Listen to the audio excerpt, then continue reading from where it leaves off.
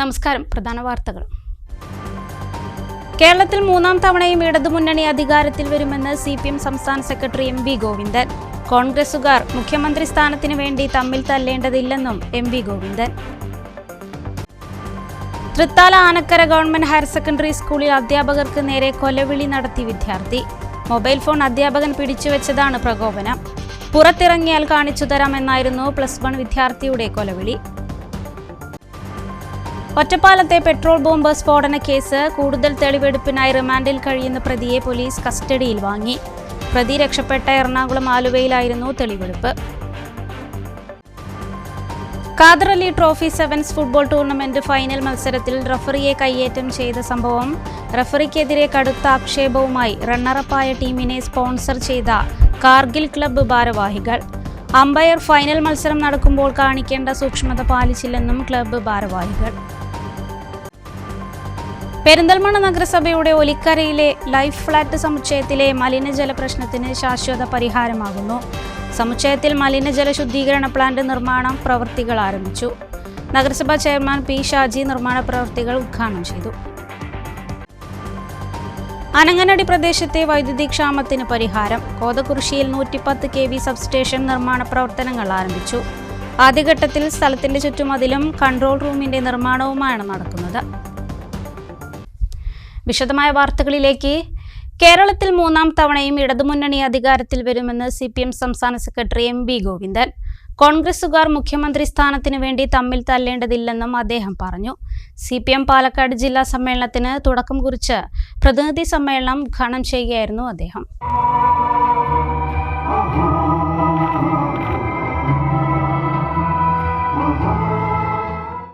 3 ദിവസങ്ങളിലായി ചിറ്റൂരിലാണ് CPM പാലക്കാട് ജില്ലാ സമ്മേളനം നടക്കുന്നത്. പ്രതിനിധി സമ്മേളനം ചൊവ്വാഴ്ച രാവിലെ CPM സംസ്ഥാന സെക്രട്ടറി MV ഗോവിന്ദൻ ഉദ്ഘാടനം ചെയ്തു. ജില്ലയിലെ 42,222 പാർട്ടി അംഗങ്ങളെ പ്രതിനിധീകരിച്ച് ജില്ലാ കമ്മിറ്റി അംഗങ്ങൾ ഉൾപ്പെടെ 409 പ്രതിനിധികളാണ് സമ്മേളനത്തിൽ പങ്കെടുക്കുന്നത്. കേരളത്തിൽ ഇടതുപക്ഷത്തിന് അനുകൂലമായ രാഷ്ട്രീയ സാഹചര്യമാണ് നിലനിൽക്കുന്നതെന്നും മൂന്നാമതും കേരളത്തിൽ ഇടതുപക്ഷം അധികാരത്തിൽ വരുമെന്നും പ്രതിനിധി സമ്മേളനം ഉദ്ഘാടനം ചെയ്തുകൊണ്ട് MV ഗോവിന്ദൻ പറഞ്ഞു. മുഖ്യമന്ത്രി സ്ഥാനത്തിന് കോൺഗ്രസിൽ ഇപ്പോഴേ അടിപിടിയാണ്. ഇതിന്റെ ആവശ്യമില്ല. കോൺഗ്രസും UDFും വർഗീയ കക്ഷികളോട് കൂട്ടുചേർന്നിരിക്കുകയാണെന്നും MV ഗോവിന്ദൻ പറഞ്ഞു. ഒരു വികസന പ്രവർത്തനവും നടത്താൻ പറ്റില്ല. ഇങ്ങനെ ഒരു പ്രതിപക്ഷം ലോകത്ത് വേറില്ല. ഒരു വികസന പ്രവർത്തനവും ഞങ്ങൾ അനുവദിക്കില്ല. കാരണം വികസനത്തിന് വോട്ടുണ്ട്. ആ വോട്ട് കിട്ടിയാൽ മൂന്നാമത്തെ പ്രാവശ്യവും ഇടതുപക്ഷ ജനാധിപത്യ മുന്നണി ഗവൺമെന്റ് അധികാരത്തിൽ വരും. കോൺഗ്രസ്സുകാർ ചർച്ച ചെയ്തതാണ്. കോൺഗ്രസ്സുകാർ വ്യക്തം പറഞ്ഞതെന്താ? ഇങ്ങനെ തന്നെയാണ് പോകുന്നതെങ്കിൽ മൂന്നാമത്തെ പ്രാവശ്യവും പ്രതിപക്ഷത്തിരിക്കേണ്ടി വരുമെന്നാണ്. എന്തൊരു ബേജാറ്! ഇരിക്കേണ്ടി വരും. ഈ കേരളം വരാൻ പോകുന്ന 2026 മെയ്യിൽ നടക്കാൻ പോകുന്ന തെരഞ്ഞെടുപ്പിൽ ഇടതുപക്ഷ ജനാധിപത്യ മുന്നണിക്ക് വീണ്ടും അധികാരത്തിൽ വരാൻ കഴിയുന്ന രാഷ്ട്രീയ പശ്ചാത്തലമാണ് ഉള്ളത്. വേറെ ആര് വരുന്ന മുഖ്യമന്ത്രിയാകാൻ ഇപ്പോഴേ തുടങ്ങിയിരിക്കുകയല്ലേ കുഴപ്പം. സുധാകരൻ ഒരു ഭാഗത്ത് മുഖ്യമന്ത്രിയാവണം, അതുപോലെ തന്നെ മറുഭാഗത്ത് ഈ പറയുന്ന PD സതീശന് മുഖ്യമന്ത്രിയാവണം, K. സുരേന്ദ്രന് വേറെ മുഖ്യമന്ത്രിയാവണം, അല്ല ഈ പറയുന്ന സുധാകരന് വേറെ മുഖ്യമന്ത്രിയാവണം, KC വേണുഗോപാൽ ഇതിൻ്റെ എല്ലാ ഇടയിൽ മുഖ്യമന്ത്രിയാവണം. ഇങ്ങനെയെല്ലാം കുറേ മുഖ്യമന്ത്രിമാർ കൂടി ചേർന്ന് കളിക്കുകയാണ്. കേരളത്തിൽ ആര് മുഖ്യമന്ത്രിയാവും എന്നുള്ളത് പ്രശ്നമല്ല. കേരളത്തിൻ്റെ ഈ വികസന പ്രക്രിയയെ നമുക്ക് മുന്നോട്ടേക്ക് കൊണ്ടുപോകാൻ സാധിക്കുന്ന രാഷ്ട്രീയ ഇച്ഛാശക്തി വേണം. അതിനടിസ്ഥാനപ്പെടുത്തി മുന്നോട്ടേക്ക് പോകുമ്പോൾ ഒരു ഭാഗത്ത് ഭൂരിപക്ഷ വർഗീയത, മറുഭാഗത്ത് ന്യൂനപക്ഷ വർഗീയത. BJP RSS വിഭാഗം പൂർണ്ണമായിട്ടും നമുക്കെതിരായിട്ട് ഭൂരിപക്ഷ വർഗീയതയുടെ ഭാഗമായിട്ട് കളിക്കുകയാണ്. CPM കേന്ദ്ര കമ്മിറ്റി അംഗങ്ങളും സംസ്ഥാന കമ്മിറ്റി അംഗങ്ങളും സമ്മേളനത്തിൽ പങ്കെടുക്കുന്നുണ്ട്.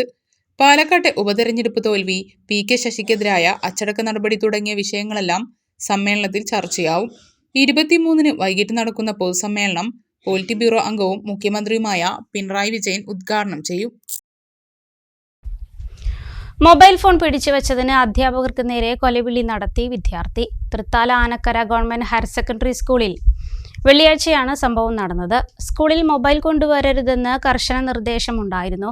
ഇത് ലംഘിച്ച് മൊബൈലുമായി വന്ന വിദ്യാർത്ഥിയെ അധ്യാപകൻ പിടിച്ചു. ഫോൺ അധ്യാപകൻ പ്രധാന അധ്യാപകന്റെ കൈവശമേൽപ്പിച്ചു. ഇത് തിരിച്ചു കിട്ടാത്തതിനെ ചൊല്ലിയായിരുന്നു വിദ്യാർത്ഥിയുടെ കൊലവിളിയും രോഷപ്രകടനവും. മാഷോട് എന്താ കാണിച്ചത്? ഞാൻ ഇവിടെ നല്ലപോലെ രീതിക്ക് സ്കൂളിൽ നീ പുറത്തേക്ക് ഇറങ്ങി നീ എന്താ ചെയ്യാം? സത്യമായിട്ട് ഞാൻ പോവുള്ളൂ. ഞാൻ അങ്ങനെ സ്വഭാവം ഉണ്ട് വീഡിയോ കടത്ത് തേങ്ങ മാങ്ങച്ച കാട്ട്. ഞാൻ പറയും ഇന്നതിന്റെ ഉള്ളിൽ മെന്റലായിട്ട് ഹരാസ്മെന്റ് വീഡിയോ എടുത്തിട്ടേ സാറിനൊക്കെ ഇനി എവിടെങ്കിലും പുറത്ത് കിട്ടിയാ തീർത്തു ഞാന് കൊന്നിട്ട് പറഞ്ഞ കൊന്നിടും. നിന്റെ ഫോൺ ഉണ്ടോ? എന്റെ ഫോൺ ഉണ്ടോ? ഫോൺ ചോദിക്കാൻ വേണ്ടിയാണ് വിദ്യാർത്ഥി പ്രധാനാധ്യാപകന്റെ മുറിയിൽ എത്തിയത്. തനിക്ക് മൊബൈൽ തിരിച്ചു കിട്ടിയേ തീരൂ എന്ന വാശിയിലായിരുന്നു വിദ്യാർത്ഥി. ഫോൺ ആവശ്യപ്പെട്ട് വിദ്യാർത്ഥി അധ്യാപകരോട് കയർത്തു. തുടർന്നായിരുന്നു ഭീഷണി. അധ്യാപകൻ വഴങ്ങാതിരുന്നതോടെ പുറത്തിറങ്ങിയാൽ കാണിച്ചു തരാമെന്നായിരുന്നു വിദ്യാർത്ഥിയുടെ ഭീഷണി. പുറത്തിറങ്ങിയാൽ എന്താണ് ചെയ്യുക എന്ന് അധ്യാപകൻ ചോദിച്ചതോടെ കൊന്നുകളയുമെന്നായിരുന്നു +1 വിദ്യാർത്ഥിയുടെ ഭീഷണി. സംഭവത്തിൽ തൃത്താല പോലീസിൽ പരാതി നൽകുമെന്ന് അധ്യാപകർ വ്യക്തമാക്കി. ഒറ്റപ്പാലം വാണിവിലാസിനിയിലെ പെട്രോൾ ബോംബ് സ്ഫോടന കേസിൽ റിമാൻഡിൽ കഴിയുന്ന പ്രതിയെ പോലീസ് കൂടുതൽ തെളിവെടുപ്പിനായി കസ്റ്റഡിയിൽ വാങ്ങി. ചുനങ്ങാട് മനയങ്കത്ത് നീരജിനെ 2 ദിവസത്തേക്കാണ് കോടതി പോലീസ് കസ്റ്റഡിയിൽ വിട്ടത്. സംഭവത്തിന് ശേഷം പ്രതി രക്ഷപ്പെട്ട എറണാകുളം ആലുവയിലായിരുന്നു തെളിവെടുപ്പ്. 2 പേർക്കും ഗുരുതര പരിക്കേറ്റ സ്ഫോടനം നടത്തിയ ഘട്ടത്തിൽ ഇയാൾ ധരിച്ചിരുന്ന വസ്ത്രങ്ങൾ കണ്ടെത്തി. ആലുവയിൽ നിന്നും പുതിയ വസ്ത്രം വാങ്ങി ധരിച്ചാണ് നീരജ് കോയമ്പത്തൂർ പോത്തന്നൂരിലേക്ക് രക്ഷപ്പെട്ടത്. ഇവിടെ നിന്നും ഉത്തരേന്ത്യയിലേക്ക് കടക്കാനുള്ള ശ്രമത്തിനിടെയായിരുന്നു അറസ്റ്റ്. കഴിഞ്ഞ 13-ന് പുലർച്ചെ 2:17-നായിരുന്നു നീരജിന്റെ വീടിന് സമീപം നിർമ്മാണം പുരോഗമിക്കുന്ന വീടിന് നേരെ ബോംബേറ്. ഈ വീട്ടിൽ പൂമുഖത്ത് കിടന്നുറങ്ങുകയായിരുന്ന 6 തൊഴിലാളികളിൽ 2 പേർക്കായിരുന്നു ഗുരുതര പരിക്ക്. കോഴിക്കോട് കൊയിലാണ്ടി സ്വദേശി വിഷ്ണു, ബാലുശ്ശേരി സ്വദേശി പ്രിയേഷ് എന്നിവർ തൃശൂർ മെഡിക്കൽ കോളേജ് ആശുപത്രിയിൽ ചികിത്സയിലാണ്. തൊഴിലാളികൾ പതിവായി കളിയാക്കുന്നുവെന്ന ധാരണയാണ് ആക്രമണത്തിലേക്ക് നയിച്ചതെന്നായിരുന്നു പോലീസിന്റെ കണ്ടെത്തൽ. നിർമ്മാണത്തിലിരിക്കുന്ന വീട്ടിലെ കുളത്തിന്റെ പടവിനെത്തിയതാണ് തൊഴിലാളികൾ. പെരിന്തൽമണ്ണ നെഹ്റു സ്റ്റേഡിയത്തിൽ നടന്ന Khader Ali trophy sevens football tournament final മത്സരത്തിൽ കളി നിയന്ത്രിച്ച റഫറിക്കെതിരെ കടുത്ത ആക്ഷേപവുമായി റണ്ണറപ്പായ ടീമിനെ സ്പോൺസർ ചെയ്ത കാർഗിൽ ജൂബിലി ക്ലബ്ബ് ഭാരവാഹികൾ രംഗത്ത്. അഭിലാഷ് കുപ്പൂത്തും ഫിഫ മഞ്ചേരിയും തമ്മിൽ നടന്ന മത്സരത്തിൽ ഫിഫ മഞ്ചേരി 1 ഗോളിന് വിജയിച്ചിരുന്നു. റഫറിക്കെതിരെ ജില്ലാ സെവൻസ് ഫുട്ബോൾ അസോസിയേഷന് പരാതി നൽകുമെന്നും ഭാരവാഹികൾ വാർത്താസമ്മേളനത്തിൽ പറഞ്ഞു. ഖാദർ അലി ട്രോഫി ഫൈനൽ മത്സരത്തിൽ കാർഗിൽ ജൂബിലി സ്പോൺസർ ചെയ്ത അഭിലാഷ് FC കുപ്പൂത്ത് ഷിഫ മഞ്ചേരിയോട് പരാജയപ്പെട്ടിരുന്നു. മത്സരത്തിൽ റഫറി ഏകപക്ഷീയമായി പെരുമാറിയെന്നാണ് കാർഗിൽ ജൂബിലിയുടെ വാദം. കളി തുടങ്ങും മുമ്പ് റഫറിക്കെതിരെ ഖാദർ അലി ക്ലബ്ബ് നേതൃത്വത്തിന് മുന്നറിയിപ്പ് നൽകിയതാണ്. പ്രകോപനപരമായ നിലപാട് റഫറി കൈക്കൊണ്ടതാണ് കളിക്കാരൻ റഫറിയോട് മോശമായി പെരുമാറാൻ ഇടവരുത്തിയത്. റഫറിയോട് നിയമം ലംഘിച്ച് പെരുമാറിയതിനെ ന്യായീകരിക്കുന്നില്ല. എന്നാൽ കളി നിയന്ത്രിച്ച അമ്പയർ ഫൈനൽ മത്സരം നടക്കുമ്പോൾ കാണിക്കേണ്ട സൂക്ഷ്മത പാലിച്ചില്ലെന്നും അമ്പയറിംഗിൽ വ്യാപക പരാതികൾ ഉണ്ടാകും വിധം പെരുമാറിയെന്നും കാർഗിൽ ജൂബിലി ക്ലബ്ബ് ഭാരവാഹികൾ ആരോപിച്ചു. വീഡിയോ കറക്റ്റ് നോക്കിയാൽ അറിയാം, മറ്റേ ഫിഫയുടെ പ്ലെയർ ഈ പയ്യനെ കാലുകൊണ്ട് ചവിട്ടുന്നുണ്ട്. വീഡിയോയിൽ കറക്റ്റ് ക്ലിയർ ആയിട്ട് ശ്രദ്ധിച്ച് എല്ലാവർക്കും കാണാൻ പറ്റും. അപ്പൊ അങ്ങനെ ഒരു മൂവ്മെന്റ് ലൈൻ അമ്പയറോട് ചോദിച്ച് 2 പേർക്കും കാർഡ് കൊടുക്കേണ്ടതായിരുന്നു. കാരണം പ്രകോപനം, പ്രഷർ അണ്ടർ പ്രഷറിൽ കളിക്കുമ്പോൾ ചെറിയൊരു പ്രകോപനം മതി ഏത് ആളുകളും പ്രതികരിക്കാൻ.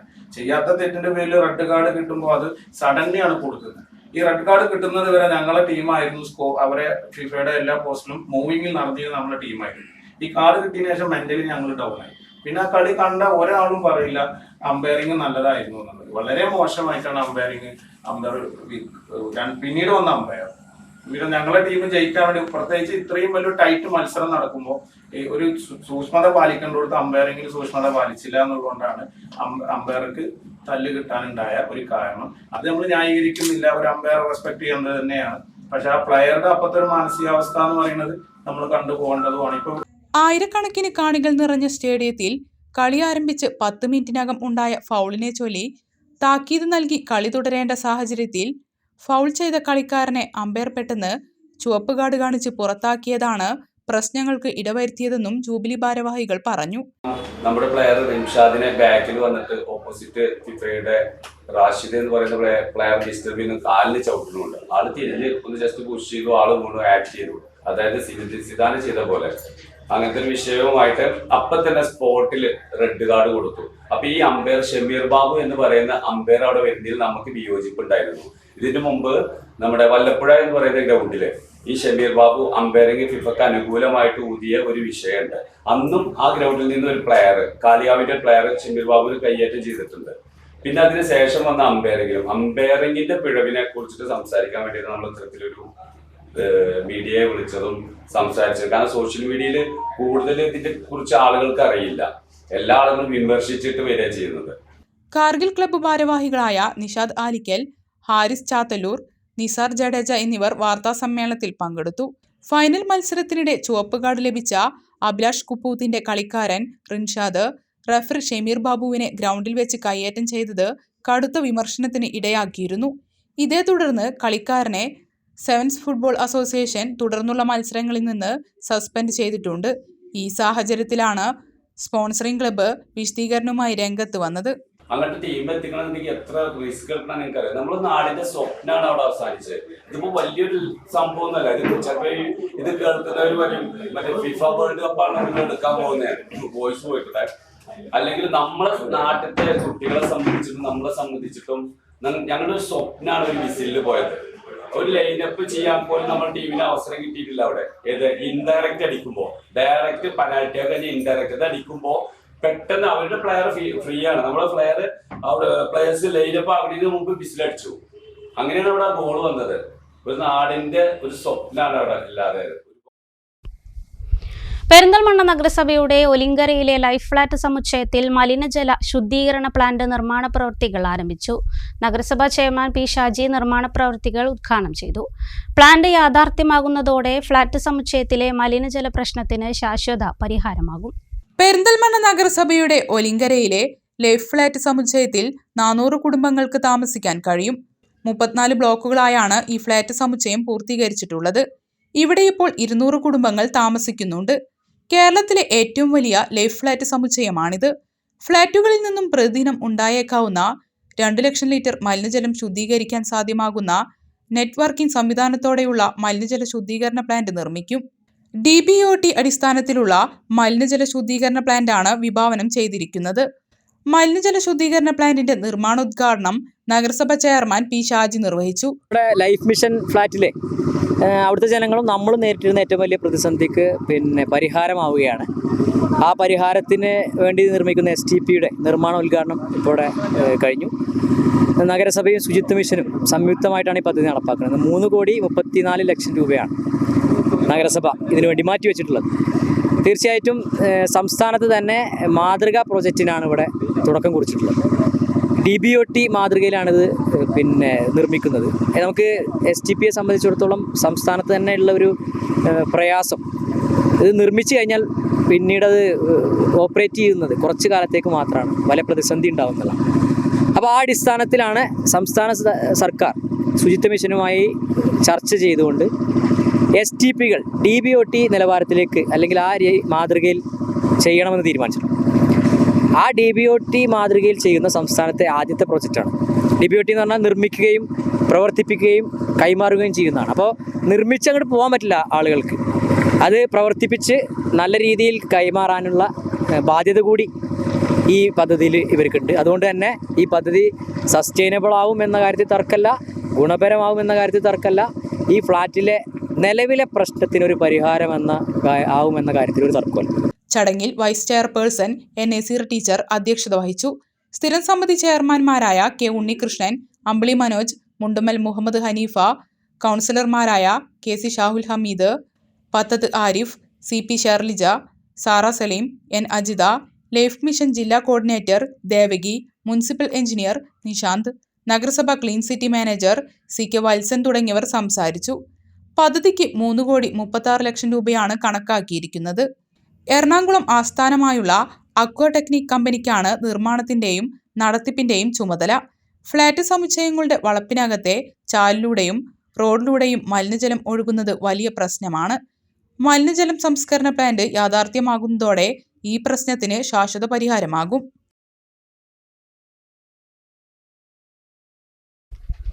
മറ്റു വാർത്തകൾ ഇടവേളയ്ക്ക് ശേഷം.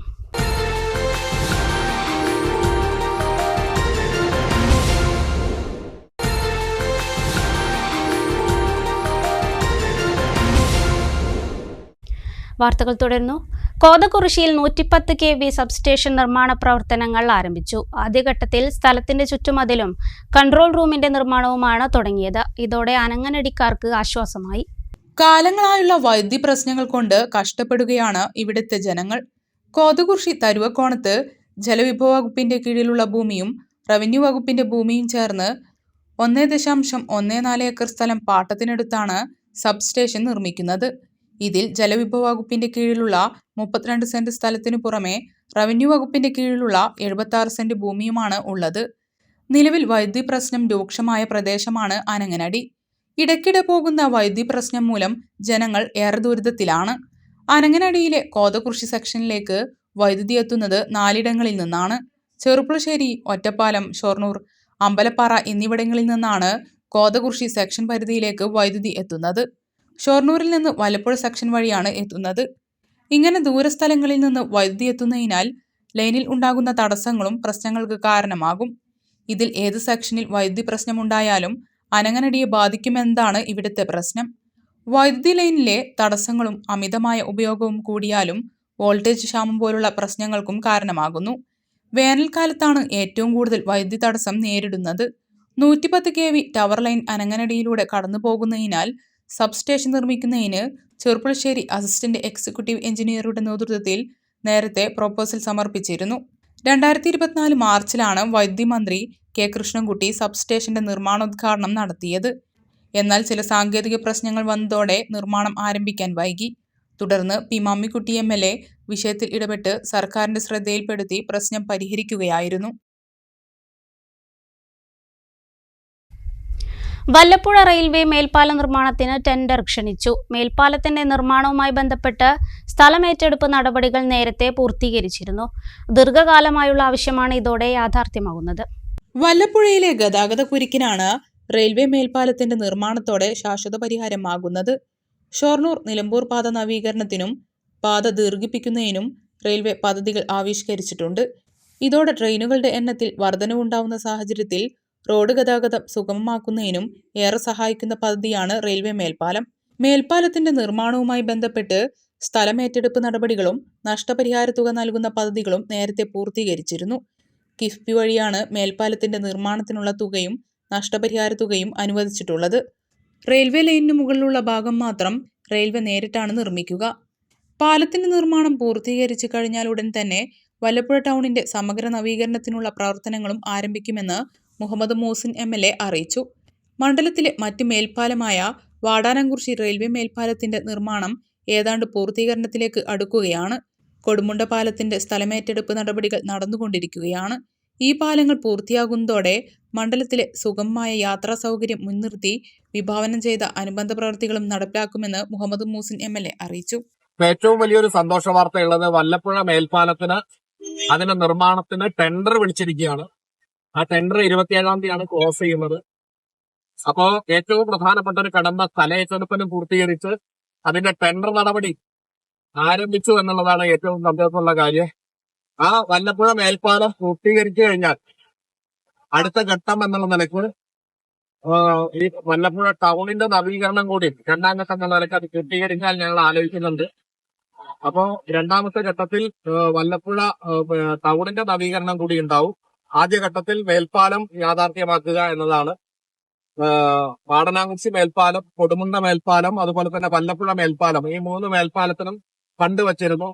അതിലെ വാടാനംകുറിശ്ശി കുറച്ച് ഡിലേ വന്നിരുന്നു. അതൊക്കെ പൂർത്തീകരിക്കാൻ പോവുകയാണ്. കൊടുമുണ്ട സ്ഥലമേറ്റെടുപ്പ് നടപടിയായിട്ട് മുന്നോട്ട് പോവുകയാണ്. ഏറ്റവും അവസാനമായിട്ടാണെങ്കിലും സ്ഥലമേറ്റെടുപ്പൊക്കെ പൂർത്തീകരിച്ച് ഇനി വേഗത്തിൽ ആരംഭിക്കാൻ പോകുന്നത് നമ്മുടെ വല്ലപ്പുഴ മേൽപ്പാലമാണ്. അത് റെയിൽവേയുടെ ഭാഗം റെയിൽവേ ആണ് ചെയ്യുന്നത്. റെയിൽവേയുടെ മുകളിലുള്ള ഭാഗം അത് ഓൾറെഡി റെയിൽവേ ചെയ്യാനുള്ള നടപടികൾ സ്വീകരിച്ചിട്ടുണ്ട്. വാടാനംകുറിശ്ശിയിലൊക്കെ ഡിലേ ആവാനുള്ള കാരണം റെയിൽവേയുടെ ഭാഗത്തു നിന്ന് വന്ന വലിയ ഡിലേ ആയിരുന്നു. എന്നാൽ വല്ലപ്പുഴയിൽ അങ്ങനെ വരാതിരിക്കാനുള്ള ശ്രമങ്ങൾ നടത്തുന്നുണ്ട് റെയിൽവേ ആയിട്ട് ബന്ധപ്പെട്ട്. ഈ ടെൻഡർ പൂർത്തീകരിച്ചു കഴിഞ്ഞാൽ ഏറ്റവും നല്ല മേൽപ്പാലവും അതോടൊപ്പം ടൗൺ നവീകരണവും നമുക്ക് ഇതിന്റെ ഭാഗമായി വല്ലപ്പുഴയിൽ നടത്തണം എന്നുള്ളതാണ് പറയാനുള്ളത്. തിരുവേഗപ്പുറ തൂതപ്പുഴയിൽ കാലടിക്കുന്ന റെഗുലേറ്ററിന്റെ നിർമ്മാണം പുരോഗമിക്കുന്നു. 3 തൂണുകളുടെ പ്രവൃത്തികളാണ് ഇപ്പോൾ നടക്കുന്നത്. 25 കോടിയോളം രൂപ ചെലവഴിച്ചാണ് പദ്ധതി നടപ്പാക്കുന്നത്. തൂതപ്പുഴയ്ക്ക് കുറുകെ തിരുവേഗപ്പുറ പഞ്ചായത്തിനെയും മലപ്പുറം ജില്ലയിലെ ഇരുമ്പിളിയം പഞ്ചായത്തിനെയും ബന്ധിപ്പിച്ചുകൊണ്ടാണ് കാലടിക്കുന്ന് റെഗുലേറ്റർ നിർമ്മിക്കുന്നത്. ഇരു പ്രദേശങ്ങളിലെയും കുടിവെള്ളക്ഷാമ പരിഹാരത്തിനും ജലസേചനത്തിനും ലക്ഷ്യമിട്ടാണ് പദ്ധതി. കഴിഞ്ഞ മാർച്ചിലാണ് പ്രവൃത്തികൾ തുടങ്ങിയത്. എന്നാൽ മഴക്കാലമായതോടെ ജൂണിൽ പ്രവൃത്തികൾ നിർത്തിവെച്ചിരുന്നു. പുഴയിൽ വീണ്ടും വെള്ളം കുറഞ്ഞ സാഹചര്യത്തിലാണ് പ്രവൃത്തികൾ തുടങ്ങിയത്. ഇരുവശങ്ങളിലെയും തൂണുകൾ ഉൾപ്പെടെ 9 തൂണുകളാണ് നിർമ്മിക്കുക. ഇതിൽ 3 തൂണുകളുടെ നിർമ്മാണം പുരോഗമിക്കുകയാണ്.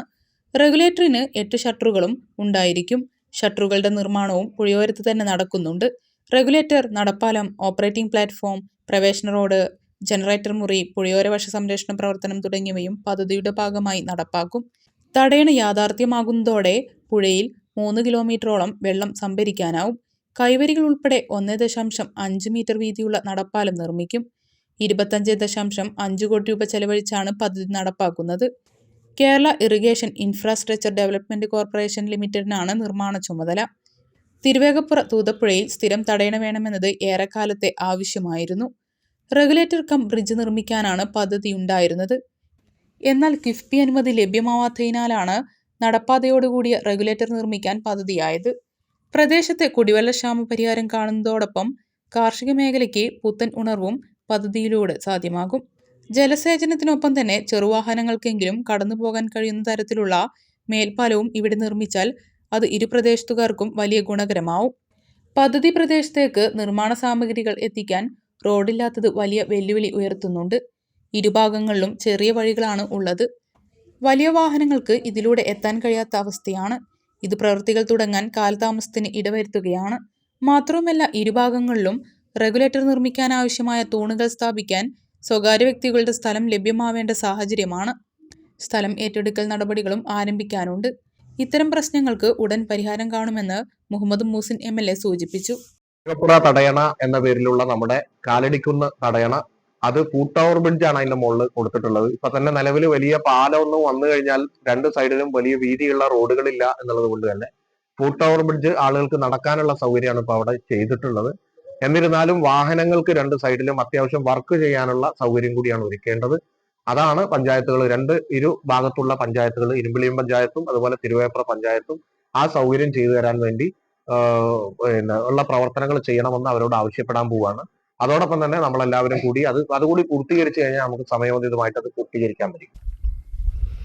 ഒറ്റപ്പാലം കയറംപാറയിൽ പൈപ്പ് പൊട്ടി റോഡിലാകെ വെള്ളക്കെട്ട്. പാലക്കാട് കുളപ്പുള്ളി പാതയിലാണ് ചൊവ്വാഴ്ച രാവിലെ കുടിവെള്ള വിതരണ പൈപ്പ് പൊട്ടി ആകെ വെള്ളക്കെട്ടായത്. മീറ്റിന് കുടിവെള്ള ശുദ്ധീകരണ പ്ലാന്റിൽ നിന്നും ഈസ്റ്റ് ഒറ്റപ്പാലം ഭാഗത്തേക്ക് വെള്ളം എത്തിക്കുന്ന പൈപ്പാണ് പൊട്ടിയത്. അമിതമായ അളവിൽ വെള്ളം എത്തിയതോടെ ജല അതോറിറ്റി അധികൃതർ വിതരണം നിർത്തിവെച്ചു. എന്നാൽ പൈപ്പുകളിലുണ്ടായിരുന്ന വെള്ളം ഉച്ചവരെ റോഡിലേക്ക് പരന്നൊഴുകി. കയറംപാറ സെന്റർ പൂർണ്ണമായും വെള്ളം നിന്നപ്പോൾ പാലക്കാട് ഭാഗത്തേക്കുള്ള റോഡിൽ ഇരുവശത്തുകൂടിയും വെള്ളം പരന്നൊഴുകി. ഇതോടെ വാഹനങ്ങൾ വേഗത കുറച്ചാണ് ഇതുവഴി സഞ്ചരിച്ചത്. പമ്പിംഗ് തുടങ്ങിയപ്പോഴുണ്ടായ മർദ്ദം മൂലമാണ് പൈപ്പ് പൊട്ടിയതെന്ന് ജല അതോറിറ്റി അധികൃതർ അറിയിച്ചു. ഇത് പരിഹരിക്കാൻ നടപടി തുടങ്ങിയതായും ജല അതോറിറ്റി അധികൃതർ അറിയിച്ചു. കൊപ്പം പേങ്ങാട്രി പാതയിലെ വണ്ടും തറയിൽ അപകടം പതിവാകുന്നു. റോഡിന്റെ വീതി കുറവും അശാസ്ത്രീയമായ നിർമ്മാണ പ്രവൃത്തികളുമാണ് അപകടങ്ങൾക്ക് ഇടവരുത്തുന്നതെന്നാണ് ആക്ഷേപം. ചൊവ്വാഴ്ച രാവിലെ ബൈക്കും ഓട്ടോറിക്ഷയും കൂട്ടിയിടിച്ചുണ്ടായ അപകടത്തിൽ ബൈക്ക് യാത്രക്കാരന് പരിക്കുപറ്റി. പാതയിലെ വണ്ടുംതറ നിസ്കാര പള്ളിക്കും ജുമാ മസ്ജിദിനും ഇടയിലുള്ള ഭാഗത്താണ് അപകടം പതിവാകുന്നത്. പലപ്പോഴും ഭാഗ്യം കൊണ്ട് മാത്രമാണ് വലിയ ദുരന്തങ്ങൾ സംഭവിക്കാത്തത്. ഈ ഭാഗത്ത് റോഡിന് വീതി കുറവുണ്ട്. അഴുക്കുചാൽ സംവിധാനവുമില്ല. ഇരുവശങ്ങളിലും റോഡ് ഉയർന്നാണ് നിൽക്കുന്നത്. ഇതാണ് അപകടങ്ങൾക്കും കാരണമാവുന്നത്. വാഹനങ്ങൾ വശം കൊടുക്കാൻ റോഡിൽ നിന്നും ഇറങ്ങിയാൽ തെന്നിമറിയുന്ന സ്ഥിതിയാണ്. കാൽനട യാത്രക്കാർക്കും ഇത് ദുരിതം സൃഷ്ടിക്കുന്നുണ്ട്. റോഡ് വീതി കൂട്ടി അഴുക്കുചാൽ ഒരുക്കി അപകടങ്ങൾക്ക് പരിഹാരം കാണണമെന്നാണ് ആവശ്യം. ഇത് നിങ്ങൾ അധികാരികൾ കണ്ണിൽ എത്ര, ഇത് 1 വട്ടം 2 വട്ടം എന്നല്ല, ഈ റോഡ് നല്ല റോഡ് പണിത് കുറച്ച് ദിവസം കഴിഞ്ഞേക്കാണ് വെള്ളത്തിന്റെ പൈപ്പ് പോകണമെന്നാണ് ഈ റോഡ് നല്ല റോഡ് കീറി മുറിച്ച് നശിപ്പിച്ചത്. അന്ന് ഞങ്ങളിവിടെ ഓട്ടോറിക്ഷക്കാരെല്ലാവരും കൂടി കൊച്ചമ്പളം കൂടിയതാണ്. ഒരു 6 മാസത്തിന്റെ ഉള്ളിൽ നേരാക്കി തരാറുണ്ട്. കൊല്ലം 10ആയി. ഇത് ഒരു ദിവസം നമുക്ക് ഈ ആക്സിഡന്റ് ആളും കൊണ്ടുപോകാനുള്ളൂ. ദയവ് ചെയ്ത് MLA ആയാലും മെമ്പർമാരായാലും ഇതിനൊരു നഷ്ടപരിഹാരങ്ങളൊന്ന് കാണി. ഇത് ഒന്നിന്റെ ജീവൻ പോകുന്നവരെ കാത്തിരിക്കല്ലേ. 1 വട്ടം 2 വട്ടം അല്ല, ഒരുപാട് പ്രാവശ്യമായി പറയുന്നു. ഇത് ഇന്നെങ്കിലും തുടങ്ങിയതല്ല, വർഷങ്ങളായിട്ട് കാലങ്ങളായിട്ട് ഇത് വളരെ ബുദ്ധിമുട്ട് അനുഭവിക്കുകയാണ് യാത്രക്കാരും വണ്ടി ഓടിക്കുന്ന ഡ്രൈവർമാരും. അപ്പം ഇതിന് ഒരു ശാശ്വത പരിഹാരമാണ്. കാരണം ഇതിന് ഈ ഇടുങ്ങിയ സ്ഥലമാകൊണ്ട് ഒരുപാട് അപകടങ്ങൾ ഇതിന് മുമ്പ് ശേഷം നടന്നിട്ടുണ്ട്. ഇപ്പുറത്തെ അർജാണ്, പാടുള്ള ഭാഗമാണ്. അപ്പോൾ ആ പാടുള്ള ഭാഗത്തേക്ക് വണ്ടികൾ ഇറങ്ങിയിട്ട് ഒരുപാട് ആളുകൾക്ക് പരിക്ക് പറ്റിയിട്ടുണ്ട്. ഒരുപാട് ആളുകൾ ഇപ്പോൾ ഇതിനെ കുറച്ച് മുന്നേ ഈ റോഡ് നേരാക്കുന്ന ഈ റോഡ് ഇപ്പോൾ ഈ രൂപത്തിലായിട്ട് തന്നെ ഒരു 2 വർഷങ്ങൾക്ക് മുമ്പ് 2 പയ്യന്മാർ ഇവിടെ വെച്ചിട്ട് മരിച്ചിട്ടുണ്ട്. അപ്പോൾ ഒരുപാട് കാരണങ്ങൾ ഈ റോഡിന്റെ വികസന പ്രവർത്തനങ്ങൾ വന്ന അപാകത കാരണം ഈ റോഡിന് ഇതിലുണ്ട്. ഒരുപാട് ആളുകൾക്ക് പരിക്കും കാര്യങ്ങളും. ഇക്കാര്യങ്ങൾ ചൂണ്ടിക്കാണിച്ച് കളക്ടർ ഉൾപ്പെടെയുള്ളവർക്ക് പരാതി നൽകിയെങ്കിലും നടപടി ഉണ്ടായില്ലെന്ന് കുലിക്കലൂർ മുൻ പഞ്ചായത്ത് പ്രസിഡന്റ് എൻ ഗോപകുമാർ പറഞ്ഞു. വളരെ കാലമായി, ഏകദേശം 8 വർഷത്തോളമായിട്ട് ഈ പ്രദേശത്ത് സൈഡ് പ്രൊട്ടക്ഷൻ ഇല്ലാത്തത് കൊണ്ട് നിരന്തരം അപകടങ്ങളും സ്കൂൾ വണ്ടികള് മറ്റു വാഹനങ്ങളെല്ലാം നിരന്തരം സൈഡ് ഇല്ലാത്തത് കാരണം ഈ പ്രദേശത്തേക്ക്, ഈ പാടത്തേക്ക് മറിഞ്ഞ് നിരവധി അപകടങ്ങൾ ഉണ്ടായി വരുന്നുണ്ട്. അതിന്റെ ഭാഗമായിട്ടാണ് ഇപ്പൊ ഇവിടെ ഒരു അപകടം ഉണ്ടായിരിക്കുന്നത്. അപകടം ഉണ്ടായപ്പോൾ ആളുകൾ ഒത്തുകൂടി ഈ വിഷയത്തിൽ അടിയന്തരമായിട്ട് ഇടപെടണമെന്നാണ് ആവശ്യപ്പെട്ടിട്ടുള്ളത്. ഇതിൽ ഈ പ്രദേശത്തെ ജനപ്രതിനിധികളും പഞ്ചായത്തും MLAയും എല്ലാം ശ്രദ്ധ കേന്ദ്രീകരിച്ച് ചെയ്തുകൊണ്ടിരിക്കുകയാണ്.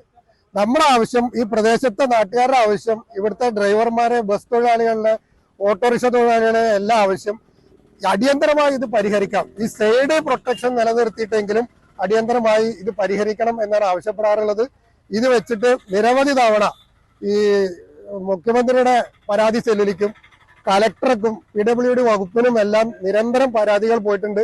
അത് പഞ്ചായത്തിന്റെ ജനപ്രതിനിധികളുടെ ഇവിടുത്തെ മെമ്പർമാർ ഉൾപ്പെടെയുള്ളവരുടെ ഭാഗത്തുനിന്ന് ഈ പരാതികൾ പോയിട്ടുണ്ട്. ഇതില് കക്ഷി രാഷ്ട്രീയത്തിനപ്പുറം ഈ പ്രദേശത്തിന്റെ ഈ അപകട സാധ്യത മനസ്സിലാക്കിക്കൊണ്ട് ഈ അടിയന്തരമായി ഇവിടെ ഈ സൈഡ് പ്രൊട്ടക്ഷൻ എങ്കിലും കെട്ടി ഈ സൈഡ് പടുത്ത് കിട്ടിയാൽ തീരാവുന്ന പ്രശ്നം ഇപ്പൊ തൽക്കാലം ഇവിടെ ഉള്ളൂ. അതേസമയം ഇവിടെ വീതി കൂട്ടി നവീകരിക്കണമെങ്കിൽ സ്വകാര്യ വ്യക്തികൾ സ്ഥലം വിട്ടു നൽകണമെന്നും ഇതുമായി ബന്ധപ്പെട്ട നടപടികൾ തുടങ്ങിയതായി പട്ടാമ്പി ബ്ലോക്ക് പഞ്ചായത്ത് അംഗം P ബഷീർ സൂചിപ്പിച്ചു. പ്രശ്നം 60 ലക്ഷം രൂപ നമുക്ക് MLA അനുവദിക്കാമെന്ന് പറഞ്ഞിട്ടുണ്ട്. പ്രശ്നം അതല്ല, നമുക്ക് കുറച്ച് സ്ഥലം നമുക്ക് കിട്ടേണ്ടതുണ്ട്. അതിൽ ഒരാൾ സ്ഥലത്തില്ല. പ്രഭാരമാഷയുടെ അജിത്തും അതുപോലെ തന്നെ ഷാജി ഉൾപ്പെടെയുള്ള ആളുകളോടൊക്കെ ഈ വിഷയം സംസാരിച്ചിട്ടുണ്ട്. അവരൊക്കെ അതിന് സമ്മതം നൽകിയിട്ടുണ്ട്. നമുക്ക് കിട്ടേണ്ട ഒരു ഭാഗം മദ്രാസിലാണ് അവർ ഉള്ളത്. അവരുടെ സ്ഥലം കിട്ടുന്ന മുറക്ക് അതിൻ്റെ സറണ്ടർ നടപടികളുമായിട്ട് മുന്നോട്ട് പോകും. അതുപോലെ തന്നെ നമ്മുടെ മറ്റൊരു പ്രശ്നമാണ് വണ്ടുന്തറ ഡ്രെയിനേജ്. ഏത് കാലത്തും പ്രയാസം നിറഞ്ഞ ഒരു സ്ഥലമാണ് അവിടെ. ധാരാളം വെള്ളക്കെട്ട്, അതുപോലെ തന്നെ അവിടെ ആക്സിഡൻറ്റും നിത്യകാഴ്ചയായിരുന്നു. ഞങ്ങൾ ജനപ്രതിനിധികൾ ഉൾപ്പെടെ ഇടപെട്ടുകൊണ്ട് അതിനൊരു പരിഹാരം ഇപ്പോൾ ലഭ്യമായിട്ടുണ്ട്. 25 ലക്ഷം രൂപ വണ്ടുന്തറ ബസ് സ്റ്റോപ്പ് മുതൽ ആനപ്പാറ വരെയുള്ള സ്ഥലത്തേക്ക് ഡ്രൈനേജ് കെട്ടുന്നതിനുള്ള ഒരു ഫണ്ട് ഇപ്പോൾ പാസ്സായിട്ടുണ്ട്. അതിൻ്റെ ടെൻഡർ നടപടികൾ. ഇടവേള.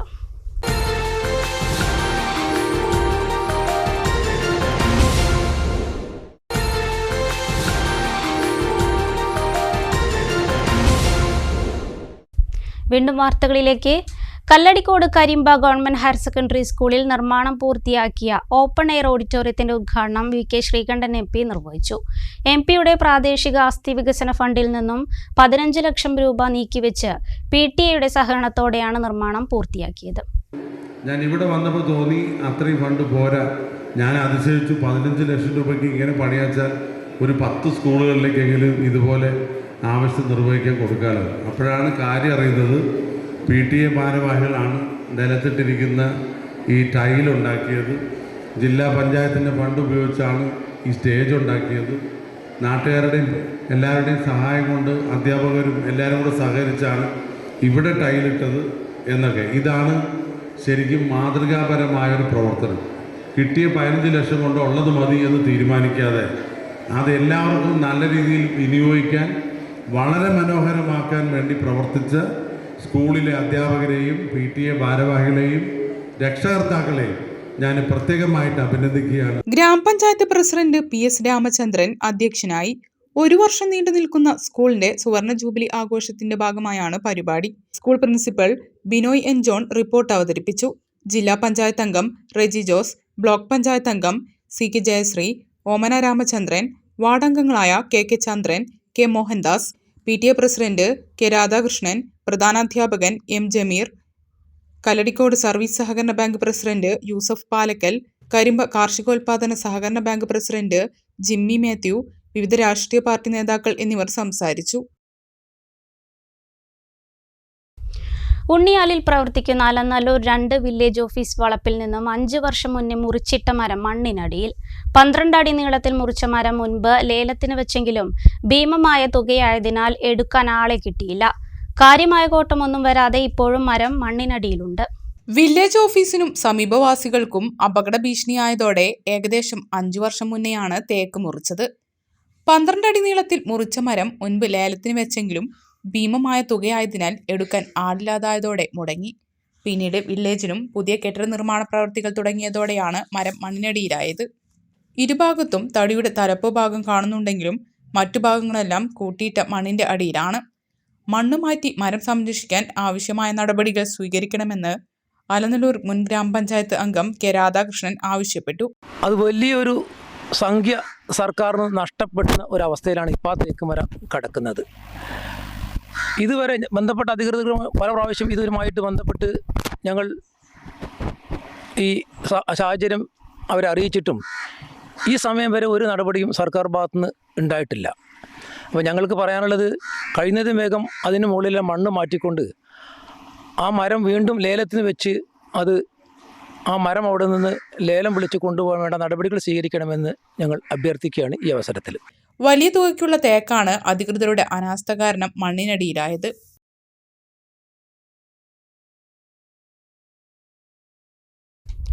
സന്നദ്ധ സേവന രംഗത്ത് സജീവ സാന്നിധ്യമായ മലപ്പുറം ജില്ലാ trauma care Perinthalmanna station unit പ്രവർത്തകരെ പെരിന്തൽമണ്ണ പെയിൻ ആൻഡ് പാലിയേറ്റീവിന്റെ ആഭിമുഖ്യത്തിൽ ആദരിച്ചു. Police sub inspector Sijo C Thankachan അനുമോദന ചടങ്ങ് ഉദ്ഘാടനം ചെയ്തു. സന്നദ്ധ സേവന പ്രവർത്തനങ്ങൾക്ക് സജീവമായി മുന്നിട്ടിറങ്ങുന്ന മലപ്പുറം ജില്ലാ ട്രോമ കെയർ പെരിന്തൽമണ്ണ സ്റ്റേഷൻ യൂണിറ്റിലെ മുഴുവൻ അംഗങ്ങളെയും പെരിന്തൽമണ്ണ പെയിൻ ആൻഡ് പാലിയേറ്റീവിന്റെ ആഭിമുഖ്യത്തിൽ ആദരിച്ചു. അനുമോദന ചടങ്ങ് police sub inspector Sijo C Thankachan ഉദ്ഘാടനം ചെയ്തു. Pain and palliative chairman Neelar Muhammad അധ്യക്ഷത വഹിച്ചു. General secretary PP Saidalavi, coordinator Kuttiri Manuppa, SI Nithin, Rahees Kuttiri തുടങ്ങിയവർ സംസാരിച്ചു. പണിക്കൂലിയിൽ വൻ ഓഫറുകളുമായി സഫ ജ്വല്ലറി ഷോറൂമുകളിൽ the mega chain and bangle ഫെസ്റ്റിന് തുടക്കമായി.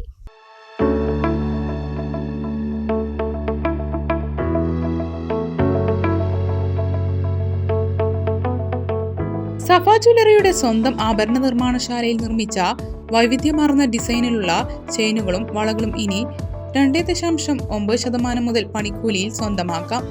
ജനുവരി 21 മുതൽ 31 വരെ സഫ ജ്വല്ലറിയുടെ എല്ലാ ഷോറൂമുകളിലും ഈ ഓഫർ ലഭ്യമാണ്. കൂടാതെ സ്വർണ്ണവിലയുടെ 10% മാത്രം നൽകി ബുക്ക് ചെയ്യാൻ കഴിയുന്ന ഗോൾഡ് അഡ്വാൻസ് ബുക്കിംഗ് സ്കീമുകളും ആകർഷകമായ ഗോൾഡ് എക്സ്ചേഞ്ച് ഓഫറുകളും സഫയിൽ ഒരുക്കിയിട്ടുണ്ട്. കൂടുതൽ വിവരങ്ങൾക്കായി 9400024916 എന്ന നമ്പറിൽ ബന്ധപ്പെടാവുന്നതാണ്.